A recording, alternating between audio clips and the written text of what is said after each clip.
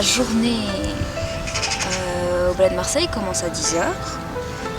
On a un cours classique, un cours technique, échauffement. Ensuite, on a la répétition.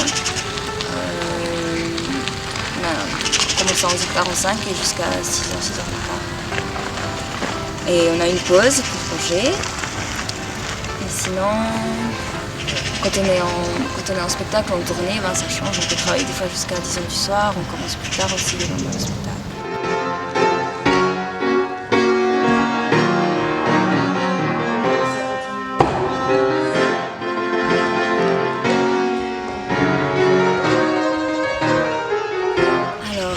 Au niveau des difficultés de la profession du danseur ou de la danseuse, je pense que c'est assez personnel.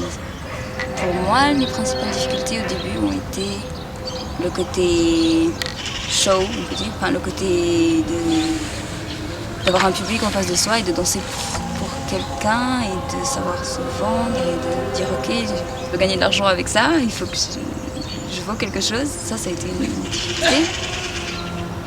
Et après, il y a la difficulté du quotidien plus mental, je pense, une fois qu'on est dedans, c'est d'accepter la lutte quotidienne jusqu'à atteindre ce qu'on est censé atteindre. Par exemple, quand on commence une création, on est perdu, on ne sait pas où on va, et ça va par exemple 2 mois où chaque jour on arrive dans le studio, on recommence la même chose. Et il y a les moments où il y a le cerveau et les pensées qui s'envolent, mais il faut rester dans l'acharnement. Mais voilà, après, d'autres difficultés. Bon, physique, j'ai la chance à 23 ans, je crois que j'ai pas encore eu trop de problèmes physiques, mais je pense que ça vient très vite et ça, c'est aussi embêtant parce qu'il y a la maturité, l'expérience qui grandit petit à petit. Et physiquement, les articulations, la flexibilité qui se perd. Donc je pense que c'est une des difficultés aussi du danseur de savoir adapter sa danse à son état physique et ça peut être assez frustrant aussi.